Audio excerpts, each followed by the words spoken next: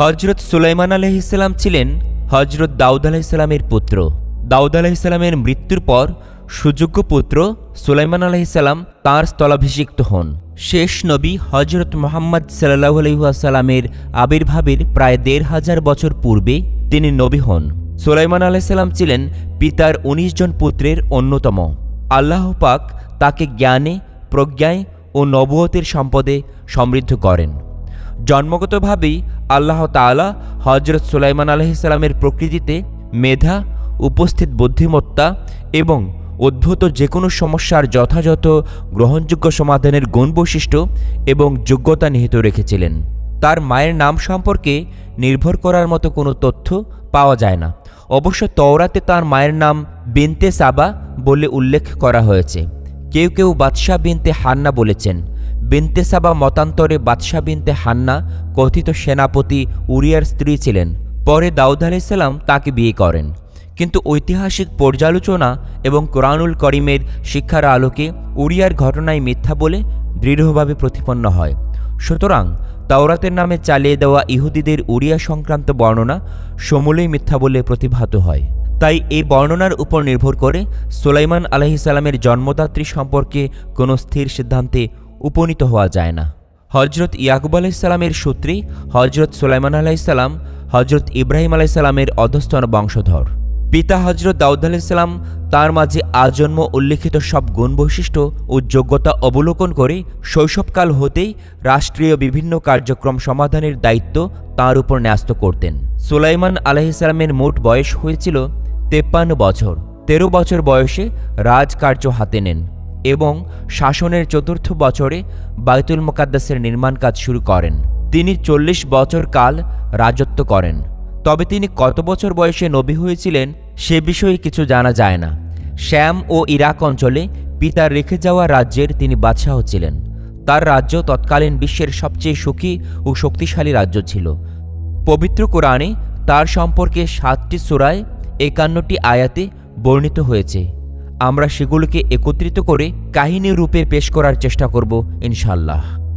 আল্লাহ পাক সুলাইমান আলাইহিসসালামকে তার বাল্যকালেই গভীর প্রজ্ঞা ও দূরদৃষ্টি দান করেছিলেন। সেই বিষয়ে দুটি ঘটনা জানলে বিষয়টি পরিষ্কার হবে।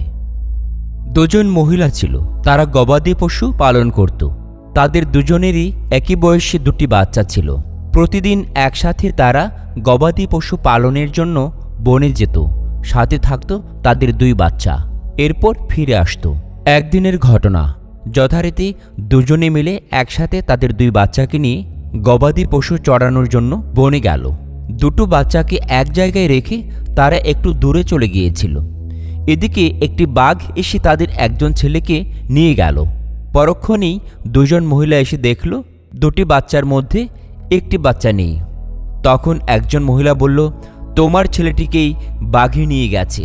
অন্য মহিলাটি তখন বলল, না, বাঘ তোমার ছেলেকে নিয়ে গেছে, আমার ছেলেকে নয়। অতঃপর উভয়ে এই বিষয় নিয়ে ঝগড়া ফেসাদে লেগে গেল। হজরত দাউদ আলাইহিসসালামের কাছে বিরোধ মীমাংসার জন্য বিচার প্রার্থী হল। তখন তিনি ছেলেটির বিষয়ে বয়স্কা মহিলাটির পক্ষে রায় দিলেন। অতঃপর তারা উভয়ে বেরিয়ে যাচ্ছিল।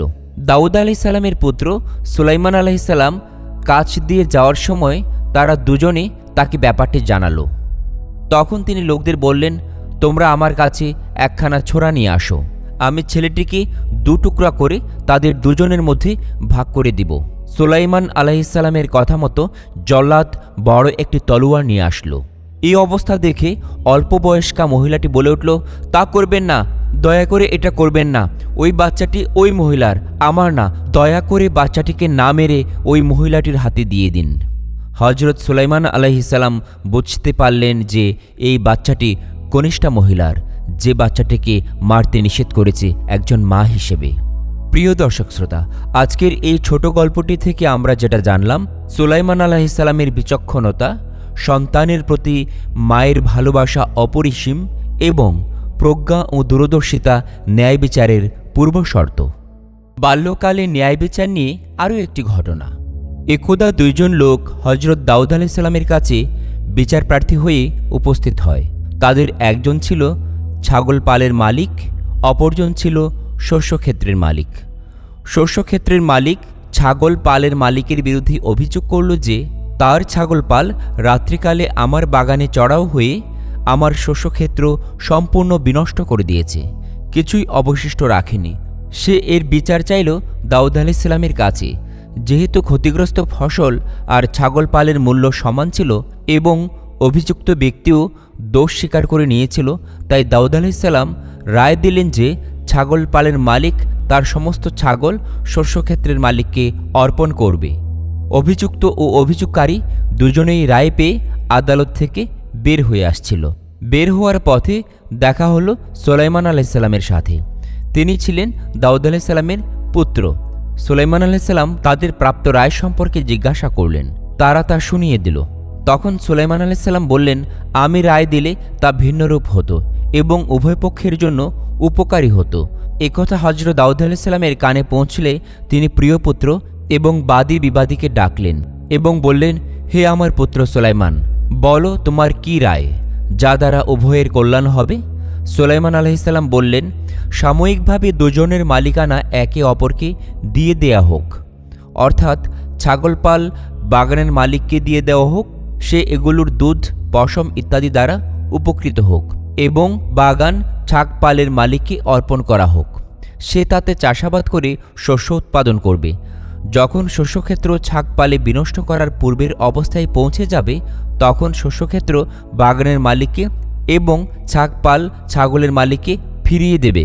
এভাবে বাগানের মালিক ফিরে পাবে তার শস্যক্ষেত্র এবং ছাগপালের মালিক ফিরে পাবে তার ছাগপাল।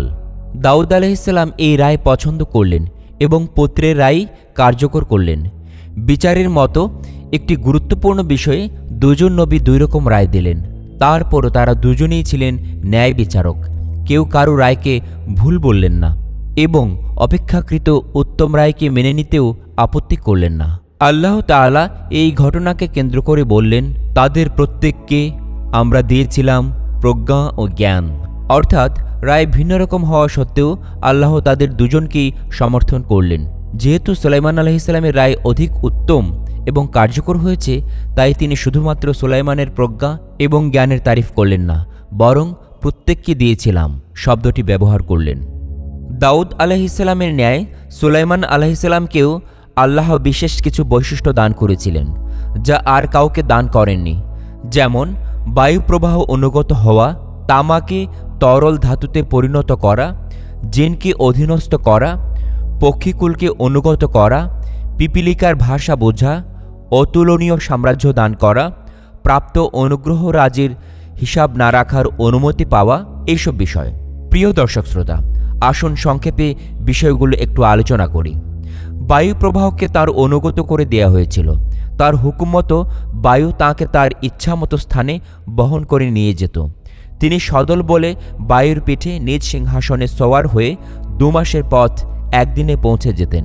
আল্লাহ বলেন, এবং আমরা সুলেমানের অধীন করে দিয়েছিলাম বায়ুকে, যা সকালে 1 মাসের পথ ও বিকালে 1 মাসের পথ অতিক্রম করত।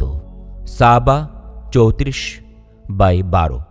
আল্লাহ আরও বলেন, আর আমরা সুলাইমানের অধীন করে দিয়েছিলাম প্রবল বায়ুকে, যা তার আদেশে প্রবাহিত হতো ওই দেশের দিকে যেখানে আমরা কল্যাণ রেখেছি, আর আমরা সকল বিষয়ে সম্যক অবগত রয়েছি। কোনরূপ তরঙ্গ সংঘাত সৃষ্টি না করে তীব্র বেগে বায়ু প্রবাহিত হওয়াটা ছিল আল্লাহর বিশেষ রহমত এবং সুলাইমানের অন্যতম মজেজা। তামার ন্যায় শক্ত পদার্থকে আল্লাহ সুলাইমানের জন্য তরল ধাতুতে পরিণত করেছিলেন। জিনকে তার অধীন করে দিয়েছিলেন। যেমন আল্লাহ বলেন, আর জিনের মধ্যে কিছু সংখ্যক তার সম্মুখে কাজ করত তার পালনকর্তার আদেশে। অন্যত্র আল্লাহ তাআলা বলেন, এবং আমরা তার অধীন করে দিয়েছিলাম শয়তানদের কতককে, যারা তার জন্য ডুবরির কাজ করত এবং এছাড়া অন্য আরও কাজ করত।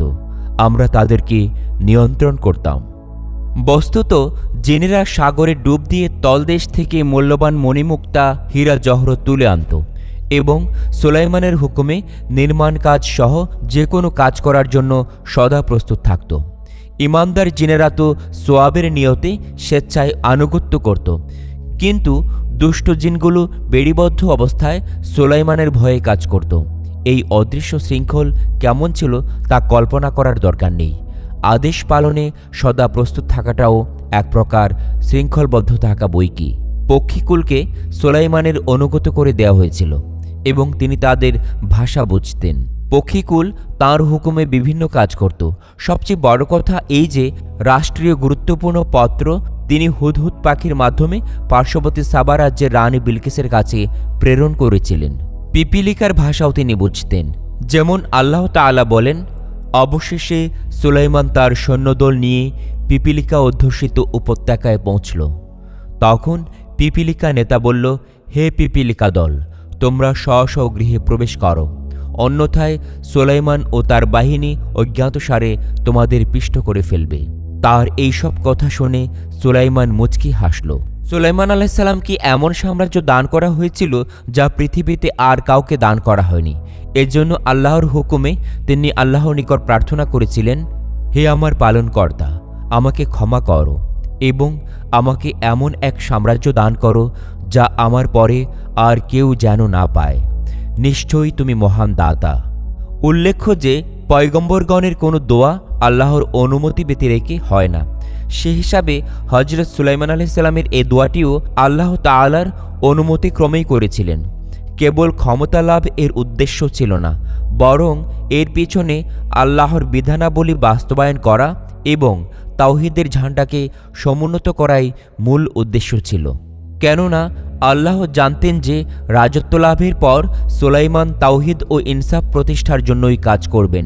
তিনি কখনোই অহংকারের বশীভূত হবেন না। তাই তাঁকে এরূপ দোয়ার অনুমতি দেওয়া হয় এবং সে দোয়া সর্বাংশে কবুল হয়। প্রাপ্ত অনুগ্রহ রাজ্যের হিসাব রাখা বা না রাখার অনুমতি প্রদান করা হয়েছিল হজরত সুলাইমান আলাইহিসসালামকে। আল্লাহ পাক হজরত সুলাইমান আলাইহিসসালামের রাজত্ব লাভের দোয়া কবুল করার পরে তার প্রতি বায়ু, জিন, পক্ষীকুল এবং জীবজন্তুসমূহকে অনুগত করে দেন। এবারই বলছি হজরত সুলাইমান আলাইহিসসালাম ও সাবা রানী বিলকিসের ঘটনা। একদা হজরত সুলাইমান আলাইহিসসালাম রাজসিংহাসনে বসে রাজকার্য পরিচালনা করছিলেন। এমন সময় তিনি দেখতে পেলেন পাখিরা তার মাথার উপর পাখনা মেলে ছায়াদানে ব্যস্ত রয়েছে, কিন্তু এই পাখিগুলোর মধ্যে তার প্রিয় পাখি হুদহুদ অনুপস্থিত ছিল। সেই সময় তিনি হুদহুদের খোঁজ নিলেন, কোথাও সে পাখির খোঁজ পাওয়া গেল না। হুদহুদের উপর সুলাইমান আলাইহিসসালাম অনেক রাগান্বিত হলেন এবং বললেন, হুদহুদ মনে হয় পালিয়ে গেছে, না হয় সে আমার সাথে বেইমানি করেছে, তাকে পেলে শাস্তি দেব। এই কথা বলার পর একাব নামক দৈত্যকে হুদহুদ পাখির খোঁজে প্রেরণ করলেন। দৈত্যটি হুদহুদের খোঁজ করতে করতে একটা সময় তার সাথে দেখা হলো। একাব সুলাইমান আলাইহিসসালামের রাগের কথা হুদহুদকে বললে হুদহুদ তখন একাবকে বলল, আমি একটি সুখবর নিয়ে এসেছি। এই সুখবরটি শাহেনশাহ শুনলে আমার উপর রাগ করে থাকতে পারবেন না। একাব তখন বলল, এই সুখবরটি কি আমি এখনই শুনব? হুদহুদ বলল, এই সুখবরটি শাহেনশাহের নিকট গিয়ে বলবো। এখন চলো আমরা রাজদরবারে ফিরে যাই। এই বলে তারা রাজদরবারে এসে পৌঁছালো। হুদহুদ পাখি শাহেনশাহের কাছে এসে হেসে দিল আর সে বলল, শাহেনশাহ, আমি আপনার জন্য একটি সুখবর নিয়ে এসেছি। খবরটি শুনে আপনি অনেক আনন্দিত হবেন। হুদহুদের এই কথাগুলো শুনে হজরত সুলাইমান আলাইহিসসালাম একটুও রাগান্বিত হলেন না। তখন তিনি বললেন, কি সুখবর আমার জন্য নিয়ে এসেছো বলো? হুদহুদ তখন বলল, শাহেনশাহ, আমি অল্প সময়ের জন্য বাহিরে গিয়েছিলাম। তখন আমি দেখলাম আমার এক জাতি বন্ধু উড়ে যাচ্ছিল। তাকে দেখে আমি ডাক দিলাম। সে আমার ডাক শুনে পেছন ফিরে তাকালো। আমরা দুজনে একসাথে বসে গল্প করলাম। একসময় সে আমাকে জিজ্ঞাসা করলো, ভাই তুমি কোন জায়গায় থাকো? আমি তখন তাকে বললাম, আমি বাদশাহ সুলাইমান আলাইহিসসালাম এর রাজ্যে থাকি। আমি যখন আপনার কথা বলি তখন সে বলল, আমি সুলাইমান আলাইহিসসালামকে চিনি না। আমি তাকে তখন বললাম, তুমি এমন কোন রাজ্যে বসবাস করো যে সুলাইমান আলাইহিসসালামকে চিনতে পারছো না? সে তখন আমাকে বলল, আমি এমন একজন রানীর রাজ্যে বসবাস করি, সে অনেক রূপবতী, দয়ালু এবং আরামপ্রিয়। তার রাজ্যে যত লোক বসবাস করছে তারাও অতি আরামে জীবনযাপন করে যাচ্ছে। তার সিংহাসন বিশাল, হীরা, পান্না, মুক্তা ইত্যাদি পাথর দিয়ে সাজানো, স্বর্ণ ও রূপা দিয়ে তৈরি তার দরজা ও জানালা। তখন তাকে আমি বললাম, তোমার রানীর রাজ্য সম্পর্কে আমাদের শাহেনশাহের মনে হয় জানা নেই। যদি তিনি জানতেন অবশ্যই তাহলে তার অধীনতা স্বীকার করে রানীর রাজ্যকে পরিচালনা করতেন।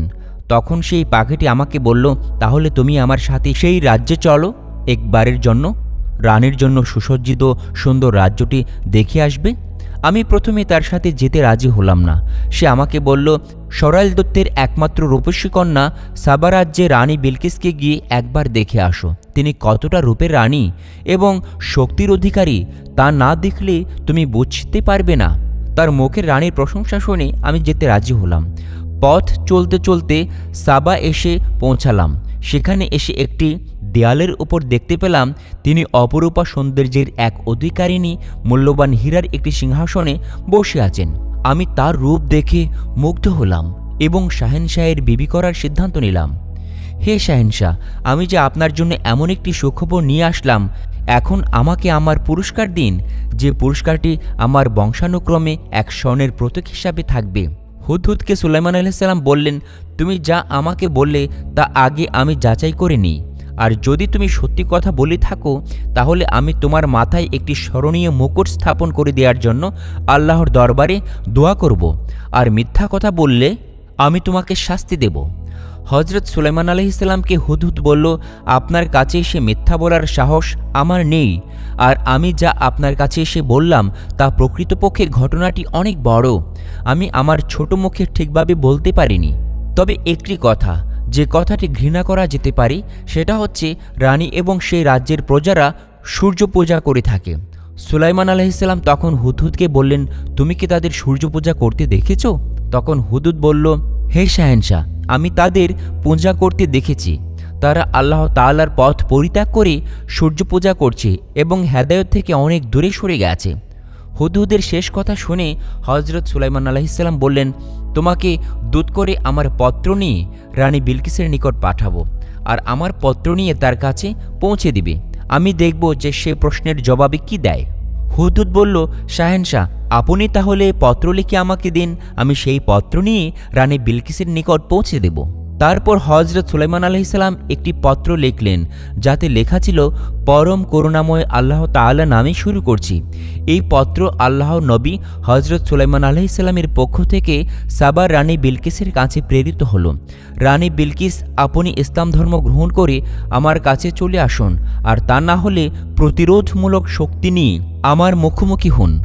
পত্রটি লিখে হজরত সুলাইমান আলাইহিস সালাম হুদহুদের মুখে দিয়ে দিলেন। হুদহুদ তখন এই পত্রটিকে মুখে নিয়ে পথ চলতে চলতে সাবা রাজ্যে পৌঁছে গেল। তারপর সে রাজমহলে ঢুকে গেল এবং দেখল রানীর রুমের দরজা বন্ধ। তাই সে জানালা দিয়ে রুমের ভেতরে ঢুকে পড়ল। সেখানে গিয়ে দেখল 7 মহলের ভেতরে ঘুমিয়ে আছেন রানী বিলকিস। হুদহুদ পাখিটি তখন পত্রটি রানীর কাছে রেখে জানালা দিয়ে চলে গেল। এদিকে হুদহুদ পাখিটি হজরত সুলাইমান আলাইহিস সালামের কাছে এসে বলল, রানী বিলকিসের নিকট পত্রটি দিয়ে এসেছে। রানী বিলকিস ঘুম থেকে উঠে দেখেন তার কাছে একটি পত্র। পত্রটি নিয়ে তিনি পড়লেন এবং চিন্তায় পড়ে গেলেন, কি এমন এই পত্রটিকে রেখে গেল, আবার চলেও গেল। তারপর রুমের সবগুলো দরজা বন্ধ।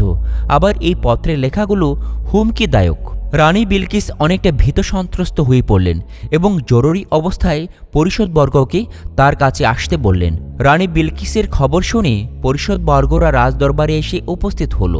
সবাই যখন উপস্থিত হয়ে গেল, রানী বিলকিস তখন তার পত্রটি দেখালেন।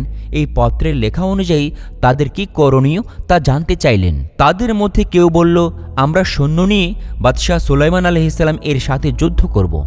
এই কথায় আরেকজন বলল, আমরা তার সাথে যুদ্ধ করতে পারবো না, কারণ তিনি অনেক শক্তিশালী। আবার কেউ বলল, বাদশাহ সুলাইমান আলাইহিস সালাম এর কাছে আত্মসমর্পণ করাই হবে উত্তম কাজ। সকলের কথা শুনে এবার রানী বিলকিস তাদেরকে বললেন, আমার মতে তার সাথে যুদ্ধ করে টিকা অসম্ভব। তার সম্পর্কে আমি যতটুকু জেনেছি, সে যেখানে সৈন্যসহ প্রবেশ করে সেখানে সব কিছু লণ্ডভণ্ড করে দিতে পারে। এমত অবস্থায় তার সাথে যুদ্ধ না করে প্রথমে তার কাছে উপহার পাঠানোই হবে বুদ্ধিমানের কাজ, আর সেখান থেকে ফিরে কাসেদরা কি বলে তা শুনে ব্যবস্থা নেওয়া যাবে। রানীর কথা শুনে সকলেই একমত হলো। আসলে রানী বিলকিস সুলাইমান আলাইহিস সালামের কাছে উপহার পাঠিয়ে জানতে চাইলেন তিনি আসলেই নবী নাকি রাজ্যের অধিপতি। সুলাইমান আলাইহিস সালাম যদি নবী হয়ে থাকেন তাহলে তিনি এই উপহার নেবেন না, বরং রানীকে ইসলাম গ্রহণ করার জন্য চাপ দেবেন। আর তিনি যদি নবী না হয়ে থাকেন তাহলে রাজ্যের অধিপতি হন, তাহলে এই উপহার নিয়ে রানীকে বিয়ে করার প্রস্তাব দেবেন। রানী বিলকিস কাসেমদের ডাকলেন এবং তাদের কাছে উপহার হিসাবে 7টি স্বর্ণের ও 7টি রূপার ইট, মণি, মুক্তা, হীরা, পান্না জাতীয় মূল্যবান পাথর দিয়ে দিলেন। তারপর একটি ঢাকনা দিয়ে ঢেকে দিলেন। কাসেদরা রানীর এই উপহার নিয়ে সুলাইমান আলাইহিসসালামের দরবারে আসলো। সেই সময় হজরত সুলাইমান আলাইহিসসালাম তার সিংহাসনে বসাছিলেন, আর সেখানে উপস্থিত ছিল 1000 উজির, পাশে সৈন্য, জিন, পরী আর শাহেনশাহের আদেশের অপেক্ষা করছে। এমন সময় হজরত সুলাইমান আলাইহিসসালামের কাছে এক ব্যক্তি আসলো আর বলল, শাহেনশাহ, সাবার রানী বিলকিস উপহার দিয়ে 2 জন কাসেদকে পাঠিয়েছেন। কথাটি বলে লোকটি চলে গেল। এই খবর পেয়ে হজরত সুলাইমান আলাইহিসসালাম কাসেদদেরকে ভেতরে আসার অনুমতি প্রদান করলেন। কাসেদরা উপহার নিয়ে ভেতরে আসলো। এসে দেখল রাজমহলের দেয়াল, ছাদ, দরজা, জানালা এগুলো স্বর্ণ ও রূপা দিয়ে তৈরি। এছাড়াও মূল্যবান পাথর দিয়ে সিংহাসনের চারপাশ সাজানো আছে। এগুলো দেখে কাসেদরা নিজেদের উপহার নিয়ে লজ্জাবোধ করল। এই উপহার নিয়ে সুলাইমান আলাইহিসসালামের কাছে কিভাবে যাবে তাই চিন্তা করতে লাগলো। এদিকে হুদহুদ পাখি এসে বলল তাদের এই উপহার নিয়ে সামনে যাওয়ার জন্য। তখন তারা উপহার নিয়ে সুলাইমান আলাইহিসসালামের নিকটে সম্মানের সাথে রাখল। রানী বিলকিসের উপহার দেখে সুলাইমান আলাইহিসসালাম বললেন, উপহার দিয়ে তোমরা কি আমায় খুশি করতে এসেছো? এর চেয়ে মহান আল্লাহ তাআলা আমাকে অনেক বেশি দিয়েছেন। তোমরা রাজ্যে ফিরে যাও আর তোমাদের রানীকে গিয়ে বলো ইসলাম ধর্ম গ্রহণ করতে। সে যদি ইসলাম ধর্ম গ্রহণ না করে তাহলে আমি তার রাজ্য আক্রমণ করব আর লণ্ডভণ্ড করে দেব। কাসেদরা সুলাইমান আলাইহিসসালামের রাজ্য থেকে বিদায় নিয়ে রানী বিলকিসের নিকট আসলো। এসে সুলাইমান আলাইহিসসালামের কথা বলল এবং সাথে সেই রাজদরবারের সাজসজ্জা সমস্ত কিছুর খুলে বলল। কাসেদের এই কথা শুনে রানী বিলকিস বললেন, তিনি আমার চেয়ে অনেক বড় সম্রাট ও শক্তিশালী। তার সাথে যুদ্ধ করে রাজ্য ধ্বংস করে কোনো লাভ নেই। শাহেনশাহের ভয়ে মুসলমান হওয়াও সম্ভব নয়। তার কিছু মোজেজা দেখা কাম্য, আর মোজেজা দেখার জন্যই আমি দ্বিতীয়বার কাসেদ পাঠাতে চাই, পরীক্ষামূলক বিষয় নিয়ে। এবারও রানীর এই কথার সাথে পরিষদবর্গের সকলে মত পোষণ করল। রানী বিলকিস তখন কিছু দাসদাসীকে একরকম পোশাক দিয়ে সাজালেন। একটি থালায় ছিদ্রবিহীন কয়েকটি ইয়াকুত পাথর দিয়ে দিলেন এবং একটি খালি বোতল দিয়ে দিলেন। সর্বশেষ কিছু তেজি ও অলস ঘোড়া প্রেরণ করলেন। রানী বিলকিস কাসেদদের বললেন, শাহেনশাহর দরবারে গিয়ে তোমরা প্রথমে দাসদাসীকে আলাদা করতে বলবে, আর ইয়াকুত পাথরকে লোহা বা পাথর দিয়ে ছিদ্র না করে গেঁথে দেওয়ার জন্য বলবে, আর তার সাথে বোতলে এমন পানি দিতে বলবে যে পানি আকাশ বা মাটির পানি না হয়। সর্বশেষ অলস এবং তেজি ঘোড়াকে আলাদা করে দিতে বলবে। কাসেদরা রানীর নির্দেশ অনুযায়ী হজরত সুলাইমান আলাইহিসসালামের দরবারে এসে উপস্থিত হলো আর তাদের রানীর বক্তব্য এসে বলল। হজরত সুলাইমান আলাইহিসসালাম রানীর কথা মতো প্রথমে দাসদাসীকে হাত দেওয়ার জন্য বললেন। তাদের মধ্যে পুরুষরা শুধু হাতের আঙ্গুল ধুয়ে নিল এবং মহিলারা হাতের কবজি পর্যন্ত ধুয়ে নিল। হজরত সুলাইমান আলাইহিসসালাম তখন বললেন, এদের মধ্যে এরা পুরুষ আর বাকিরা মহিলা। দ্বিতীয় ইয়াকুত পাথর মাটিতে রেখে সেখানে একটি পোকাকে এসে ছিদ্র করতে বললেন। হজরত সুলাইমান আলাইহিসসালামের কথা শুনে পোকাটি ইয়াকুত পাথরকে ছিদ্র করে দিল। তৃতীয়ত ঘোড়ার পিঠে ছাওয়ারি উঠিয়ে তাদের দৌড়াতে বললেন। অনেকক্ষণ দৌড়ানোর পর ঘোড়াগুলো যখন হজরত সুলাইমান আলাইহিসসালামের সামনে এসে হাজির হলো, সেই সময় তাদের শরীর থেকে ঘাম পড়ছিল। তখন হজরত সুলাইমান আলাইহিসসালাম কাসেদদের বললেন, তোমরা এই বোতলে ঘাম ভর্তি করে নিয়ে যাও। অতঃপর ঘোড়াগুলোর সামনে ছোলা বুট ও ঘাস হাজির করতে বললেন। এদের মধ্যে অলস ঘোড়া ছোলা বুট খেতে লাগলো, আর তেজি ঘোড়া একটু অপেক্ষা করার পর ঘাস খেতে আরম্ভ করল। আর তখন হজরত সুলাইমান আলাইহিসসালাম অলস ও তেজি ঘোড়াকে আলাদা করে দিলেন। কাসেদরা তার কার্যকলাপ দেখে অনেকটা অবাক হয়ে গেল। কাসেদরা দ্রুত রানীর দরবারে গিয়ে সমস্ত ঘটনা খুলে বলল। তখন রানী বিলকিস বললেন, আমি তার দরবারে যাব এবং আত্মসমর্পণ করব। রানী বিলকিস সফরে যাওয়ার জন্য তৈরি হতে লাগলেন। যাওয়ার আগে তার সিংহাসনে 7 মহলের ভেতরে রেখে দরজায় তালা দিয়ে দিলেন। রানী বিলকিস যাত্রা শুরু করলেন এবং সাথে ছিল 100 দাসদাসী। রানী বিলকিসের যাত্রা করার খবর বাতাস বলে দিল। বাতাসের এই খবর শুনে হজরত সুলাইমান আলাইহিসসালাম রাজদরবার অনেক সুন্দর করে সাজাতে বললেন। এর মধ্যে হজরত সুলাইমান আলাইহিসসালামের কাছে পরশ্রী কাতর জিনরা এসে বলল, রানী বিলকিস কোনো মানুষ নয়, আসলে তিনি হলেন জিন জাতির এক প্রাণী। তার পায়ের গোড়ালি থেকে উপর পর্যন্ত পশমে ভর্তি, আর সে যে জিন এটাই হলো সবচেয়ে বড় একটা প্রমাণ। এছাড়াও তিনি একজন হাবা মুসলিম, তার জ্ঞান বুদ্ধি বলতে কিছু নেই। এই বলে সে জিনেরা চলে গেল। হজরত সুলাইমান আলাইহিসসালাম জিনদের বলা এই কথাগুলো পরীক্ষা করার জন্য তিনি তাঁর সিংহাসনের সামনে একটি খাল তৈরি করলেন, যেখানে পানি প্রবাহিত থাকত। তিনি এই খালের ওপর একটি আয়না রেখে দিলেন। সাধারণভাবে খেয়াল করলে আয়নার আবরণ দেখা যায় না, শুধু পানি দেখা যায়। এই খালের উপর দিয়ে রানী আসার আয়োজন করলেন। হজরত সুলাইমান আলাইহিসসালামের দরবারে রানী বিলকিস আসার আরেকটি বড় সমস্যা দেখা দিল। তিনি হলেন একটি রাজ্যের রানী, তাই তার আলাদা একটা সিংহাসন দরকার। কিন্তু হজরত সুলাইমান আলাইহিসসালামের দরবারে তার নিজের সিংহাসন ছাড়া মর্যাদাবান আর কোনো সিংহাসন নেই। তাই এই বিষয় নিয়ে উপস্থিত সকলেই চিন্তা করতে লাগলো। সেই সময় হজরত সুলাইমান আলাইহিসসালাম বললেন, রানী বিলকিসের যে সিংহাসন আছে সেই সিংহাসনটি তোমরা গিয়ে নিয়ে এসো। এই সিংহাসনেই তাকে বসানো হবে। হজরত সুলাইমান আলাইহিসসালামের আদেশে জিনরা এসে বলল, শাহেনশাহ, আমরা কয়েক ঘন্টার মধ্যে রানী বিলকিসের সিংহাসন আপনার কাছে নিয়ে আসতে পারবো। হজরত সুলাইমান আলাইহিসসালাম বললেন, আমার কাছে এতটা সময় নেই, এর মধ্যে রানী বিলকিসের সিংহাসন এখানে আনতে হবে। ইপ্রিত নামে এক জিন এসে বলল, শাহেনশাহ, আপনি যে সিংহাসনে বসে আছেন সেই সিংহাসন থেকে দাঁড়াতে যতটুকু সময় লাগবে সেই সময়ের ভেতরেই রানী বিলকিসের সিংহাসন আমি আপনার কাছে নিয়ে আসতে পারবো। হজরত সুলাইমান আলাইহিসসালাম বললেন, আরও কম সময়ের মধ্যে রানী বিলকিসের সিংহাসন আমার কাছে কেউ আনতে পারবে? সেই সময় হজরত সুলাইমান আলাইহিসসালামের দরবারে থাকা এক দরবেশ, যার নাম ছিল আসিফ বিন বারখিয়া, সে বলল, শাহেনশাহ, আমি চোখের পলকেই রানী বিলকিসের সিংহাসন আপনার সামনে উপস্থিত করতে পারবো। হজরত সুলাইমান আলাইহিসসালাম তখন আসিফকে সিংহাসন আনতে বললেন। আসিফ দরজা খুলে 7 মহলের ভেতরে ঢুকে মাটির নিচ দিয়ে রানী বিলকিসের সিংহাসন হজরত সুলাইমান আলাইহিসসালামের কাছে উপস্থিত করল। সিংহাসন দেখে হজরত সুলাইমান আলাইহিসসালাম বললেন, এই সিংহাসনের কিছু পরিবর্তন করো, সামনের পাথর সরিয়ে নতুন পাথর লাগিয়ে দাও, যাতে করে রানী বিলকিস তার সিংহাসনকে চিনতে সময় লাগে এবং তার বুদ্ধিমত্তার পরিচয় পাওয়া যাবে। হজরত সুলাইমান আলাইহিসসালাম এর কথা মতো রানী বিলকিসের সিংহাসনটি প্রস্তুত হয়ে গেল। এদিকে সুলাইমান আলাইহিসসালাম এর দরবারে রানী আসার খবরটি পৌঁছে গেল। তিনি রানীকে নিয়ে আসার জন্য বললেন এবং সামনের খালের দিকে তাকিয়ে রইলেন। রানী বিলকিস হজরত সুলাইমান আলাইহিসসালামের মহলের সামনে এসে পৌঁছে গেলেন, আর তিনি দেখলেন একটি খাল প্রবাহিত হচ্ছে। তিনি কিছুতেই বুঝতে পারলেন না সেই খালে আয়না রাখা আছে কিনা।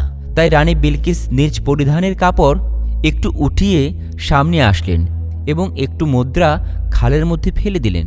সেই মুদ্রাটি আয়নার উপর পড়ে ছিটকে সামনের দিকে চলে গেল। সেই সময় রানী বিলকিস উঠিয়ে রাখা কাপড় ছেড়ে দিয়ে সামনে আসলেন। রানী বিলকিস যখন কাপড় উঁচু করেছিলেন, হজরত সুলাইমান আলাইহিসসালাম তার পায়ের দিকে তাকিয়েছিলেন এবং দেখলেন তার পায়ের পশমের কোনো চিহ্ন নেই।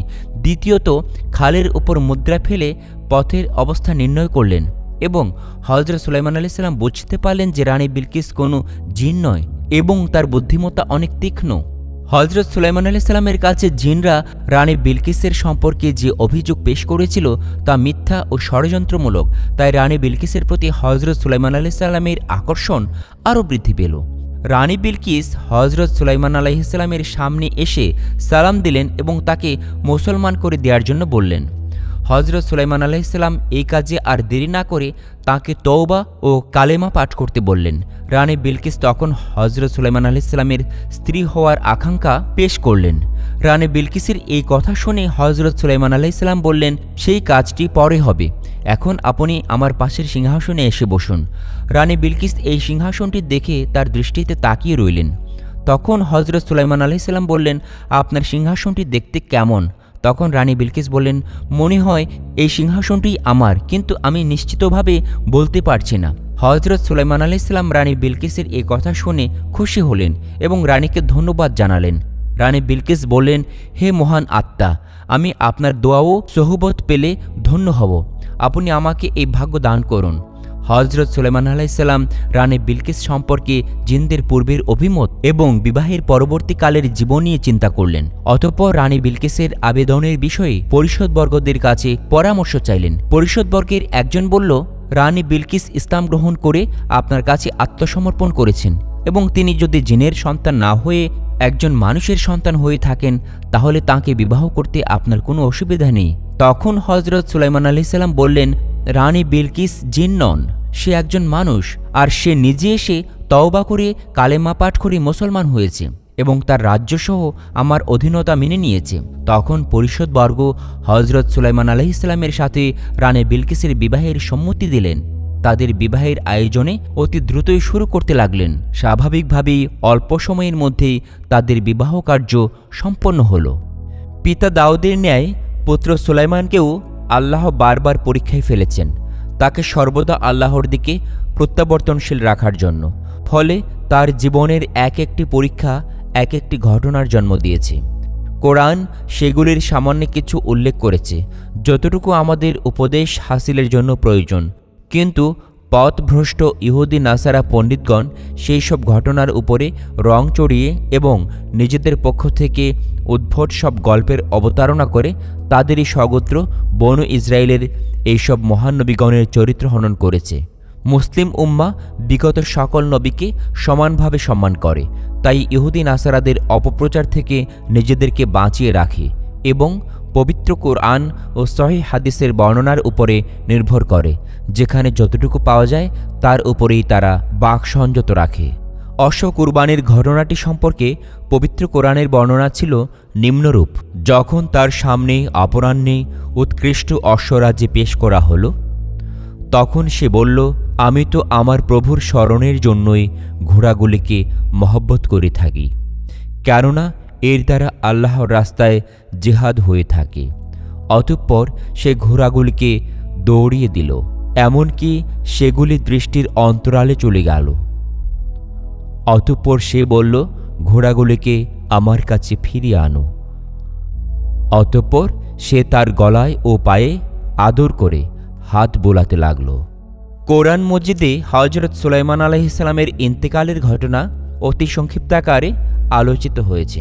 জিনদের একটি বিরাট দল হযরত সুলাইমান আলাইহিসসালামের নির্দেশে জাঁকজমকপূর্ণ এক বিরাট ইমারত নির্মাণে ব্যাপৃত ছিল। ইমারত নির্মাণের কাজ চলা অবস্থায় হযরত সুলাইমান আলাইহিসসালামের ইন্তেকালের পয়গাম এসে যায়, কিন্তু জিনেরা তার ইন্তেকাল সম্পর্কে কিছু জানতে পারে নাই, তাই তারা নিজেদের উপর অর্পিত দায়িত্ব সম্পন্ন করতেই ব্যাপৃত থাকে। সুলাইমান আলাইহিসসালাম ইন্তেকালের পরেও লাঠিতে ভর দিয়ে দণ্ডায়মান থাকেন, আর জিনেরা তাকে এই অবস্থায় দেখে দেখেই অর্পিত দায়িত্ব সম্পাদন করে যেতে থাকে। কিছুদিন অতিবাহিত হওয়ার পর ওই পোকা হযরত সুলাইমান আলাইহিসসালামের লাঠির নিচের দিকে খেয়ে ফেলে, ফলে তিনি যে লাঠির উপর ভর করে দণ্ডায়মান ছিলেন সেটির ভারসাম্য বিনষ্ট হয়ে পড়ে যান। তখনই জিনেরা জানতে পারে তিনি অনেক আগেই ইন্তেকাল করেছেন। তারা আফসোস অনুশোচনা করতে থাকে যে অনেক দিন হলো তিনি ইন্তেকাল করেছেন, অথচ আমরা কিছুই জানতে পারলাম না। যদি গায়েবের এলেম আমাদের থাকতো তাহলে এই দীর্ঘদিন আমাদের এরূপ কষ্ট পরিশ্রমজনিত কর্মে নিয়োজিত থাকতে হতো না। তার ভয়ে আমরা যাতে নিয়োজিত রয়েছি। সুলাইমান আলাইহিসসালামের জীবনী থেকে শিক্ষণীয় বিষয়সমূহ হল, নবুয়ত ও খেলাফত একত্রে একই ব্যক্তির মাধ্যমে পরিচালিত হওয়া সম্ভব। প্রকৃত মহান তিনি, যিনি সর্বোচ্চ ক্ষমতার অধিকারী হয়েও অহংকারী হন না, বরং সর্বদা আল্লাহর প্রতি বিনীত থাকেন। শত্রুমুক্ত কোনো মানুষ দুনিয়াতে নেই। সুলাইমানের মতো একচ্ছত্র এবং অপ্রতিদ্বন্দ্বী বাদশাহের বিরুদ্ধেও চক্রান্ত, ষড়যন্ত্র ও মিথ্যাচার চালানো হয়েছে। সম্পূর্ণ নিঃস্বার্থভাবে প্রজা সাধারণের কাজ করলেও তারা অনেক সময় না বুঝে বিরোধিতা করে। যেমন বাইতুল মুকাদ্দাস মসজিদের নির্মাণ কাজ সমাপ্ত না হওয়ায় আল্লাহ বাকি সময়ের জন্য সুলাইমানের প্রাণহীন দেহকে লাঠিতে ঠেস দিয়ে দাঁড় করিয়ে রাখেন জিন, মিস্ত্রি ও জোগাড়দের ভয় দেখানোর জন্য, যাতে তারা কাজ ফেলে রেখে চলে না যায় এবং নতুন চক্রান্তে লিপ্ত হবার সুযোগ না পায়। হযরত সুলাইমান আলাইহিসসালাম কত বছর আয়ুষ্কাল লাভ করেছিলেন এ সম্পর্কে নিশ্চিত কিছু জানা যায় না, তবে কেউ কেউ ইন্তেকালের সময় তাঁর বয়স 53 বছর বলে উল্লেখ করেছেন। তিনি 13 বছর বয়সে রাষ্ট্র ক্ষমতা লাভ করেন এবং দীর্ঘ 40 বছর রাষ্ট্রীয় দায়িত্ব পালন করেন বলে কথিত আছে। সুলাইমান আলাইহিসসালাম 53 বছর বেঁচে ছিলেন। তন্মধ্যে 40 বছর তিনি রাজত্ব করেন। তার মৃত্যুর পরে তার পুত্র রাহবাম 17 বছর রাজত্ব করেন। অতঃপর বনু ইসরায়েলের রাজত্ব বিভক্ত হয়ে যায়।